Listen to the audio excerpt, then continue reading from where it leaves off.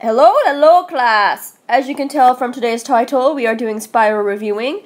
Basically, I feel like from the test and stuff, we need to concentrate a little bit more on 3 topics, really quick, okay?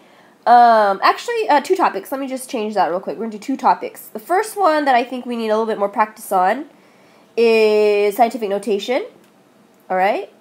And also, MAD. I know, MAD, but scientific notation is very useful, as some of you guys put in your test or retest, because it helps you shorten big or small numbers. And MAD, I know it can get tedious because you gotta do like 5 steps, but it is useful in finding out what the mean absolute deviation is, and it is unfortunately on the star, so this needs to be perfected. Okay, so let's get to it.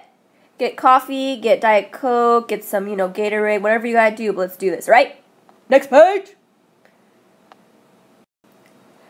Alright, so I'm gonna be putting problems on the board, I guess. I don't know what you call this. I'm gonna put problems up, and I want you to write the work and the answer on a piece of paper. So you're gonna write. Remember, I don't care if you use pen, as long as it is clear.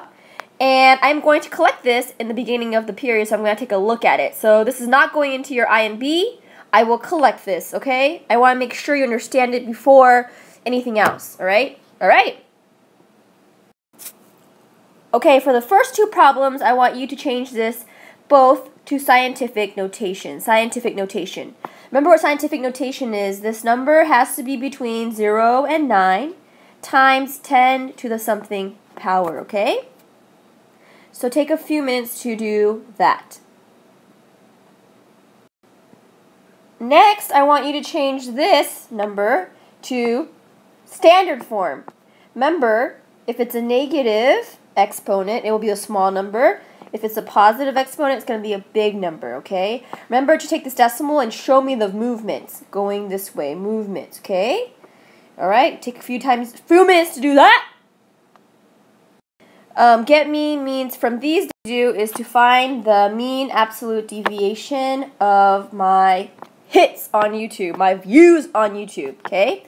So here it is. Alright, so my first day I got 94, then I got 50 views, 91 views, 80 views, 97 views, 109 views, raised the roof, 98 views, 46 views, 19 views, what the heck?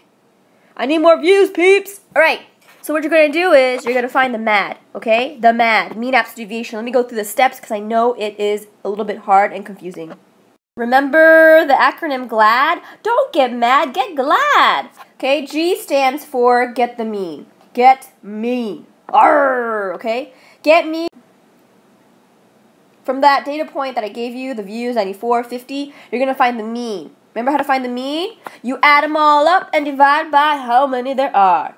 And then you subtract. Let's subtract. What are you going to subtract? You're going to subtract the mean minus all the values. So you're going to have about 9 values. So you're going to have mean subtract 94, mean subtract 50, mean subtract 91. You get the hint. You're going to subtract. And then when you subtract, you're going to take the positive. That's absolute value. Remember, absolute value means distance. So after you do that, you find the positives of everything, and then you do it again. You find the mean again.